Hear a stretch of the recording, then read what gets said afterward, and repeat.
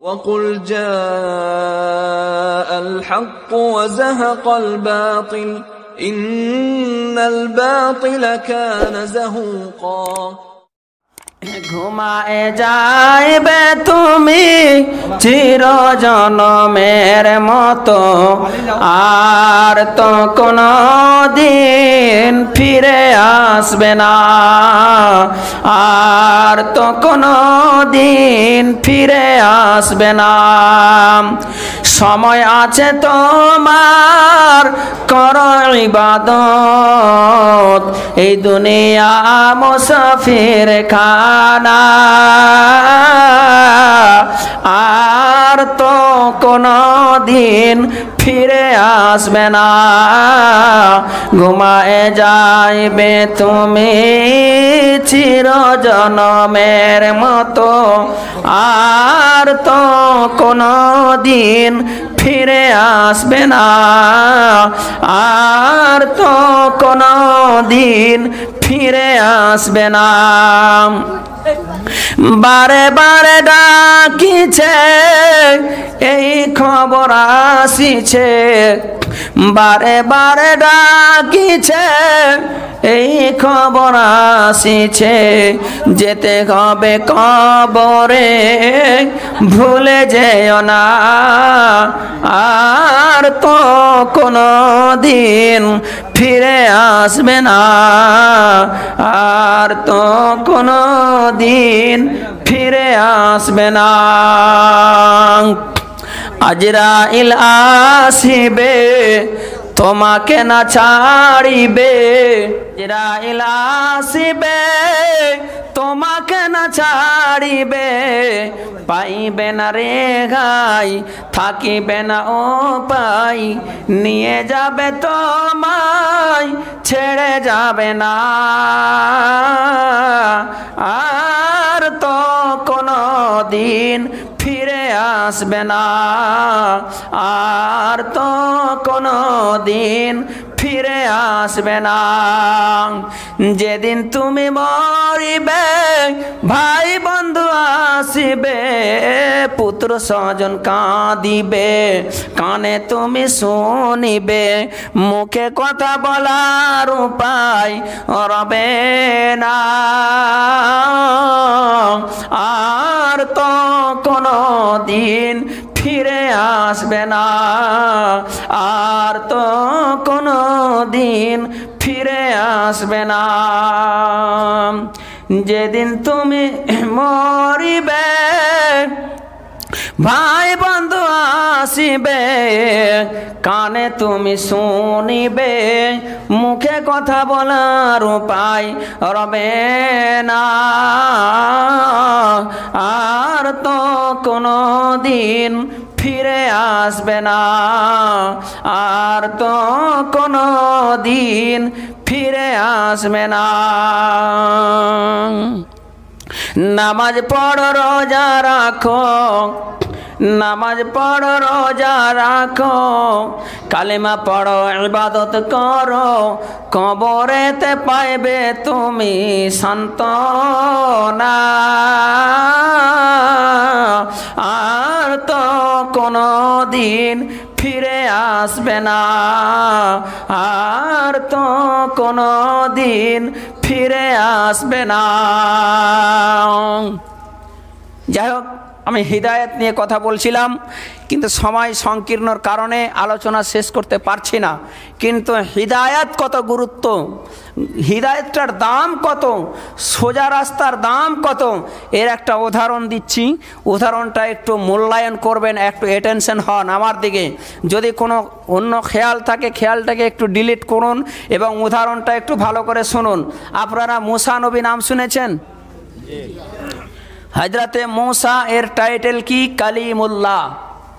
একে কালিমুল্লাহ বলা কেন হলো? ইনি আল্লাহর সাথে কথা বলেছেন, স্বয়ং আল্লাহর সাথে কি করেছেন ভাই? কথা বলেছেন, যার জন্য আল্লাহ তাবারাক ওয়া তাআলা তাকে টাইটেল দিয়েছেন কালিমুল্লাহ। এ মুসা কালিমুল্লাহ। আমি এখন যে গল্পটা বলবো সেটা কোনো কোরআনের গল্প নয় এবং হাদিসেরও ভাষা নয়, এটা দার্শনিকদের বানানো একটা গল্প। কিন্তু এখানে মেনলি যেটা সাবজেক্ট রয়েছে ইসলামের সোজা রাস্তা, হিদায়াত।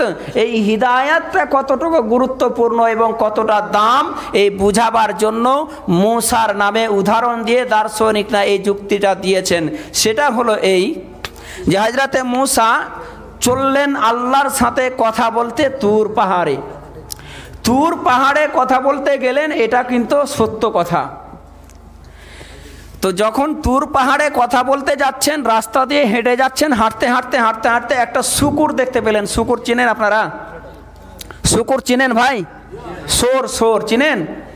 এই সোর কোথায় থাকে? কাদা খিঁচ যত গান্দা জায়গা আছে ওখানেই তার জায়গা, নাকি ভাই? ভালো জায়গায় থাকবে ও? যত পচা ছড়া কাদা রয়েছে সেখানেই থাকবে, গু গোবর সব জায়গায় ওখানে থাকবে ও। কে? সোর। এই সোর ওখানে বসে আছে এবং রাস্তার পাশ দিয়ে মুসা নবী চলে যাচ্ছেন। ভাই আগেই খেয়াল করবেন, আগেই বলে দিচ্ছি, এটা কোনো কোরআনের কথা নয়, হাদিসেরও গল্প নয়, এটা হচ্ছে দার্শনিকদের বানানো একটা যুক্তি সোজা রাস্তা বুঝাবার জন্য। বুঝতে পারছেন ভাই? বলবো কি বলবো? মুসা নবী চললেন আল্লাহর সাথে দেখা করার জন্য। রাস্তা দিয়ে হাঁটতে হাঁটতে হাঁটতে একটি শুকুর দেখতে পেলেন এবং শুকুর দেখতে পেয়ে শুকুর নবী মুসাকে বলছেন, নবী মুসা রে, তুমি তো যাইবা আজকে আল্লাহর সাথে কথা বলতে, তবে নবী মুসা আমার মনে একটা প্রশ্ন আছে, আমার মনে একটা সওয়াল আছে, এই সওয়ালটা তুমি আল্লাহকে বলিও এবং আল্লাহ তাবারাক ওয়া তাআলা তার উত্তরে কি বলবেন উত্তরটাও একটু আমাকে জানায়ো। এই বলে তখন কি করছেন নবী মুসা বলছেন, প্রশ্নটা কি তোমার একটু বলে দাও। এই প্রশ্নটা যখন বলে দাও বললেন, শুকুর বলছেন, নবী মুসা আল্লাহকে প্রশ্ন করিও, আল্লাহকে জিজ্ঞেস করিও যে তোমাকে মানুষ কেন তৈরি করেছে। শুধু মানুষ নয়, পয়গম্বর হিসাবে তৈরি করেছেন, প্রতিনিধি বানিয়েছেন, নবী বানিয়েছেন। তবে মুসা রে, তোমাকে মানুষ করা হয়েছে, আর আমি দুনিয়ার বুকে কি অপরাধ করলাম, কি গুনাহ করলাম যে আমাকে শুকুর তৈরি করেছেন। আমাকে আল্লাহ তো মানুষ বানাতে পারতেন, আমাকে কেন মানুষ বানালেন না? বুঝতে পারলেন? এবার নবী মুসা আল্লাহর সাথে কথা বলার জন্য চলে গেলেন। আল্লাহর সাথে সমস্ত কথোপকথন যখন হয়ে গেল, কথা বলার পরে নবী মুসা এবার ফিরে চলে আসছেন। আর এমতো অবস্থায় আল্লাহ বলছেন, মুসা রে, তোমাকে কি কেউ কিছু বলতে বলেনি? কেউ কি তোমাকে কোনো জিজ্ঞেস করার কথা বলেনি, প্রশ্ন করেনি? আল্লাহর নবী মুসা বলবেন, আল্লাহ গো, তুমি তো অন্তর্যামী আল্লাহ, আমি ভুলে গিয়েছিলাম, তবে আমার স্মরণ হয়ে গেল। আল্লাহ গো, আমি যখন তোমার কাছে কথা বলার জন্য আসছিলাম, রাস্তায় কাদাতে খিঁচে একটা শুকুর পড়েছিল। শুকুরটা বলছিল, মুসা আমাকে কেন শুকুর বানানো হয়েছে? আর তোমাকে মানুষ নয়, শুধু মানুষ নয়, তোমাকে নবী পর্যন্ত বানানো হয়েছে। এই প্রশ্নের উত্তরটা আল্লাহর কাছে নিয়ে এসো। আল্লাহ বলবেন, মুসা রে, প্রশ্নটার উত্তর দিব না, কিন্তু শুকুরটার জন্য আমার একটা অফার রয়েছে। আমার একটা অফার, আমার তরফ থেকে শুকুরকে বলে দিও, শুকুর যদি মানুষ হতে চায় আমি আল্লাহ এক্ষুনি তাকে মানুষ বানিয়ে দেব, কিন্তু ইসলামের সোজা রাস্তা তাকে দেব না, তাকে হিদায়াত নামের বস্তুটা দেব না, কোরআনের পথ দেব না, সোজার পথ দেব না। যদি মানুষ হতে চাই শুকুরকে বলো, আমি এক্ষুনি মানুষ তৈরি করে দেব। এ কথা বলার পরে মুসা এবার ফিরে চলে আসছেন। ফিরে এসে শুকুরকে বলছেন, শুকুর তোর জন্য বড় একটা অফার রয়েছে। মুসার কথা শুনে শুকুর এবার খুশি হয়ে গেল, আল্লাহ আমাকে অফার দিয়ে পাঠিয়েছেন। এবার শুকুর বলছে, মুসা একটু বলো তো কি অফার আছে? মুসা বলছেন, শুকুর রে, তোর কপাল ফুলে গেছে, তোর দাম বেড়ে গেছে। আর তোকে কাঁদাতে থাকতে হবে না, খিঁচে থাকতে হবে না, তোকে গান্দেগির জীবন পালন করতে হবে না, স্ট্যান্ডার্ডি জীবন পাবি, টাকা পাবি, পয়সা পাবি, বাড়ি পাবি, গাড়ি পাবি, দুনিয়াতে যত সম্পদ আছে সবই পাবি। এবং মানুষ হওয়ার শখ ছিল, তোকে আল্লাহ মানুষও করে দেবে, কিন্তু তোকে আল্লাহ হিদায়াত দেবে না, তোকে সোজা রাস্তা আল্লাহ দেবে না। এ কথা বলার পরে মুসাকে যখন ওয়াফারের কথা বলা হয়েছিল, তাকে মানুষ হওয়ার কথা বলা হয়েছিল, শুধু তাই নয়, সারা পৃথিবীর সম্পদ তাকে দিতে চাওয়া হয়েছিল। শুকরের মনটা যেন উৎফুল্ল হয়ে গেছিল, খুশি হয়ে গেছিল, খুশিতে পড়ে গেছিল। আর যখনই মুসা বলেছে তুই তো মানুষ হবি বটে, কিন্তু হিদায়াত পাবি না, শুকর চোখ দিয়ে অশ্রু ছেড়ে দিয়ে বলছে, মুসা আল্লাহকে বলে দিও আমি মানুষ হব না। একটা মানুষ হওয়ার পরে যার মধ্যে আল্লাহর সোজা রাস্তা নেই, ইসলামের সোজা রাস্তা নেই, কোরআনের পথ নেই, কোরআনের রাস্তা নেই, ওই ব্যক্তি ভালো মানুষ হতে পারে না, ওই ব্যক্তির জীবনটা কামিয়াবির জীবন হতে পারে না, মরার পরে জান্নাত পেতে পারে না। দেহটা মানুষের হতে পারে, কিন্তু যার মধ্যে হিদায়াত নাই, ওই লোকটা হলো পথভ্রষ্ট, ওই লোকটার পৃথিবীতে কোনো মূল্য নাই। মুসা রে, আমি মানুষ হব না, মানুষ হয়ে যদি আমি হিদায়াত না পাবো তবে আমি মানুষ হব না, এই অফার নেব না। যাও, তোমার অফার তুমি নিয়ে যাও, আল্লাহকে বলে দাও আমি আর মানুষ হব না। এজন্য আল্লাহ তাবারাক ওয়া তাআলা বলছেন, উলাইকা কাল আনাম, মানুষরা হলো চতুষ্পদ জন্তু, বালহুম আজাল। শুধু তাই নয়, তার চাইতো নিকৃষ্ট, তার চাইতো ঘৃণিত মানুষ, যে মানুষটা মানুষ হওয়ার পরে আল্লাহকে চিনতে পারল না, যে মানুষটা মানুষ হওয়ার পরে আল্লাহর ডাকে সাড়া দিতে পারল না, যে মানুষটা মানুষ হওয়ার পরে 5 ওয়াক্তের নামাজ পড়তে পারল না, যে মানুষটা মানুষ হওয়ার পরে রোজা রাখতে পারল না, যে মানুষটা মানুষ হওয়ার পরে টাকা আছে, পয়সা আছে, বাড়ি আছে, গাড়ি আছে, কিন্তু আল্লাহর ঘর মসজিদের জন্য কিছু দিতে পারল না, ওই লোকটা হতভাগা লোক, ওই লোকটার জীবনে কামিয়াবি আসতে পারে না। ওই লোকটা শুকুরের চাইতো খারাপ, যে লোকটা আল্লাহর আইনকে মানল না, আল্লাহর সোজা রাস্তা যার মধ্যে থাকলো না, যে আল্লাহর সোজা রাস্তা পালন করতে পারল না। তিনি বলছেন, আল্লাহ রব্বুল আলামিন বলছেন, শুকুর তো ভালো, বালহুম আজাল, তার চাইতো নিকৃষ্ট। আল্লাহ তাবারাক ওয়া তাআলা বলছেন, লাকাদ খলাকনাল ইনসানা ফি তাকবীম, আমি মানুষকে সুন্দর গঠন দিয়ে তৈরি করেছি, সর্বের সেরা মানব রূপে সৃষ্টি করে পাঠিয়েছি। আবার বলছেন, উলাইকা কাল আনআম বালহুম আজাল, শুধু চতুষ্পদ জন্তু নয়, তার চাইতেও খারাপ। চতুষ্পদ জন্তুর মধ্যে খারাপ জন্তু আমরা কোনগুলোকে দেখি? এক কুকুরকে মানুষ ভালোবাসে? কুকুরকে ভালোবাসে? কুকুরটা চতুষ্পদ জন্তু কিনা? কুকুরটা চতুষ্পদ জন্তু কিনা ভাই? শোরটা চতুষ্পদ জন্তু কিনা? তবে আল্লাহ বলছেন শোরটা ভালো, কুকুরটাও ভালো, কিন্তু তুই মানুষ শোর কুকুরের থেকেও খারাপ। কেন? যার মধ্যে হিদায়াত নেই, যার মধ্যে ইসলাম নেই, যার মধ্যে সরল পথ নেই, যার মধ্যে কোরআনুল কারীমের পথ নেই, ওই ব্যক্তি কি শুকুরের চাইতো খারাপ। ভাই রাগ করছেন নাকি?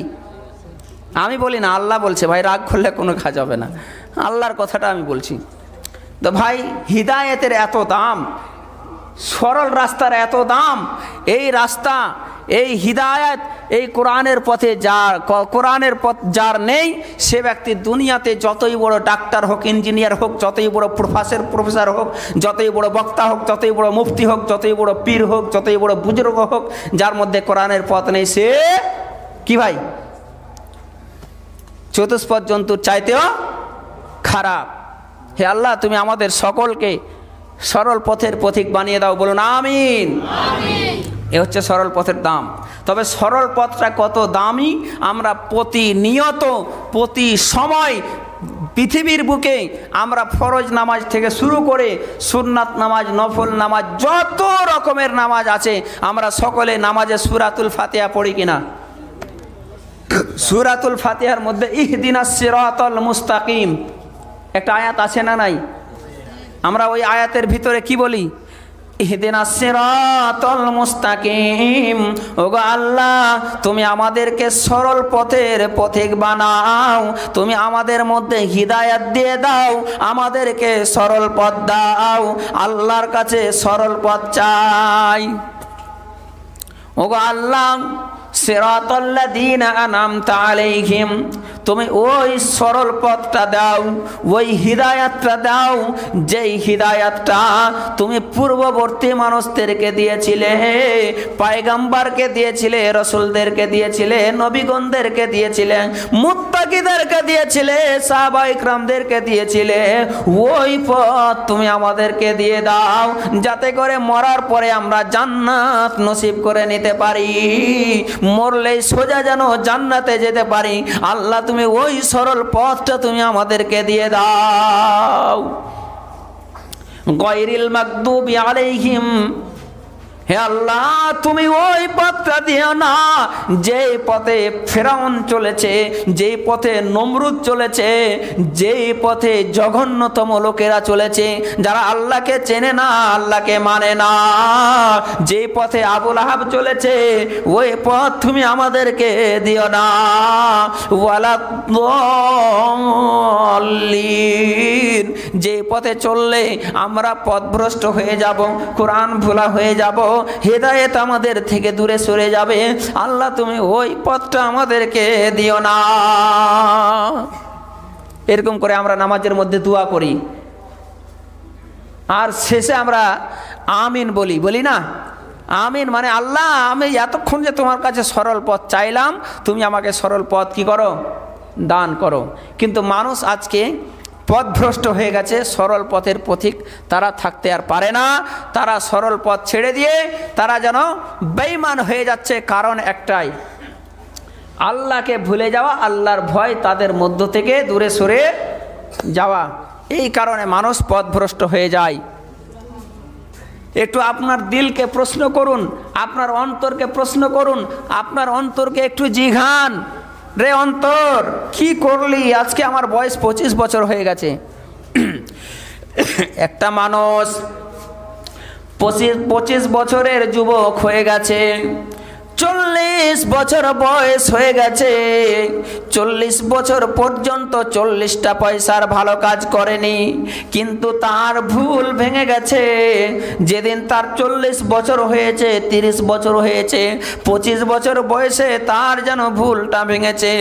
আল্লাহ, দুনিয়াতে আমি 25 বছর ধরে চললাম, আল্লাহ, জীবনে তুমি আল্লাহকে আল্লাহ বলে মেনে নিতে পারিনি, তুমি আল্লাহকে স্বীকার করতে পারিনি, তোমার ডাকে সাড়া দিতে পারিনি, নামাজ পড়তে পারিনি, রোজা রাখতে পারিনি। আল্লাহ, জীবনে দারু খেয়েছি, মদ খেয়েছি, শরাব পান করেছি, ও জুয়া খেলেছি, তাস খেলেছি, জীবনে অনেক গুনার কাজ করেছি। মাওলা, তুমি আমার এই গুনার কাজগুলোকে ক্ষমা করে দাও, পাপগুলোকে ক্ষমা করে দাও।